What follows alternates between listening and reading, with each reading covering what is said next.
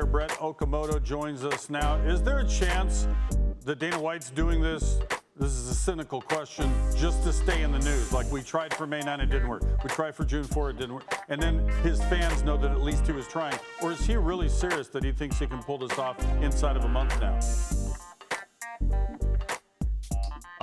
Kenny, he is dead serious. I mean, he believes that he could have pulled it off this weekend. You know, as you recall, UFC 249 was supposed to happen in California this weekend, and Dana White was adamant to me last week when I spoke to him in person, when I spoke to him on the phone. Again, he reiterated it to me that, hey, I could go this weekend. I could go this weekend. I know how to put on events. Nothing stops me. I came up with a protocol that was going to be safe for everybody. I had it all in place. I had the venue. I had talked everybody into it. We were going to go, and then ESPN got cold feet, and due to everything that was going on, they asked me to stand down. They're a good partner, so I stood down. But Dana White is determined to be the first sport back, and not only the first sport back, but he wants to be back as soon as possible. If it were up to him, he would be going this weekend, and he truly feels like he can, and his fighters want him to. The vast majority of fighters I've spoke to, they want to fight and they're ready to go. Do we know who, and do we know where?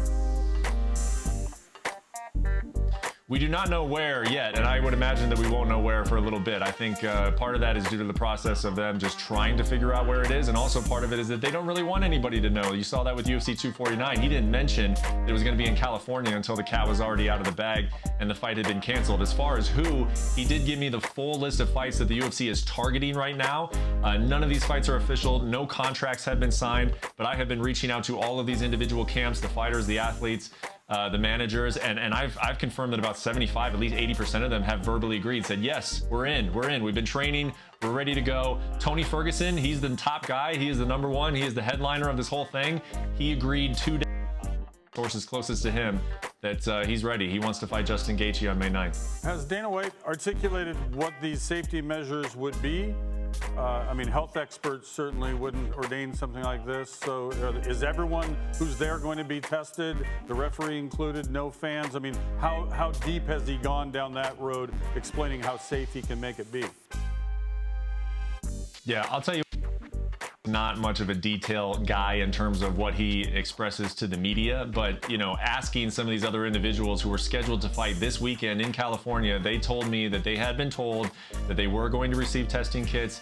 They were going to be, so that was going to happen multiple times during the week, that they were going to be tested for COVID-19, and that there were certain precautions in place of just, you know, one fight would end and those people would leave, and then the next fight would come in. You know, there would be no crowd. Usually at a UFC event, you know, you got full locker rooms. That wouldn't be the case. The fight happens, they get him out of the arena, the next guys come in. So there were tons of precautionary measures being put in place, and the managers and fighters told me that every question we had, they had an answer to, we were comfortable with, that they were all ready to go to California this weekend. Let's say he finds a way to pull this off, but ESPN doesn't want to be involved for its own reasons.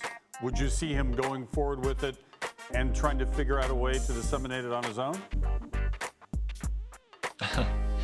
I could. I actually could see Dana White going down that avenue, because this guy just wants to put on fights. He truly, it is very obvious right now. There is not some hidden motive here. He is determined to be the first one back. And he like he said this last week, he respects ESPN. He believes that they've been a good partner for them. He believes that they help the sport of mixed martial arts. I mean, this guy has been around since the very beginning, 2001, when he purchased the company, where nobody wanted this thing, and now he sees the value in it being all over ESPN and the way in which ESPN covers sports. But at a certain point, you can't tell Dana White to stand down any longer, and we will find out if ESPN is not on board, if Dana White does choose to start looking at other avenues and maybe asking permission to just run this thing on his own.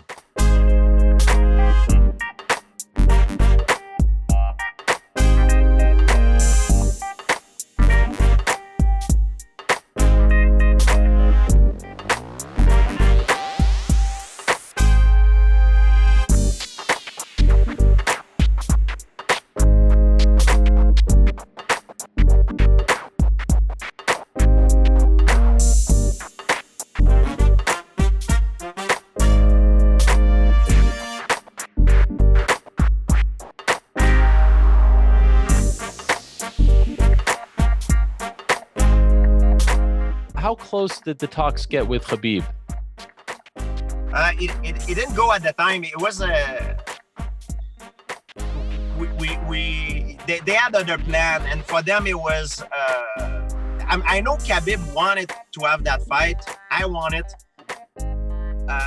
But the thing is, the UFC, if you look on the UFC side, it's not. I think it's normal if I put myself in their shoes. They didn't want to take the risk of me winning the title, and then after vacant it again, because we even proposed that I didn't want it even for the title. I would rather do it not for a title.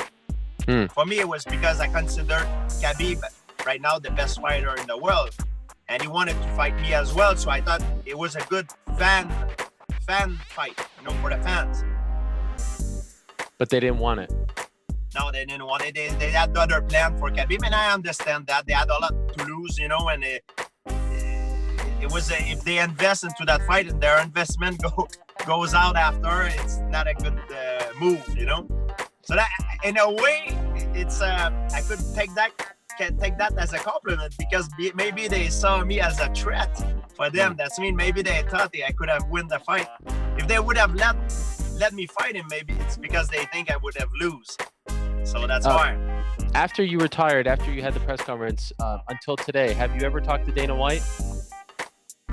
I must have said hi sometime, but we never talk about me fighting or anything like this. I haven't talked to him. I don't think I've talked to him. He just wrote me a very nice text. I just say, because when I retired, I text him.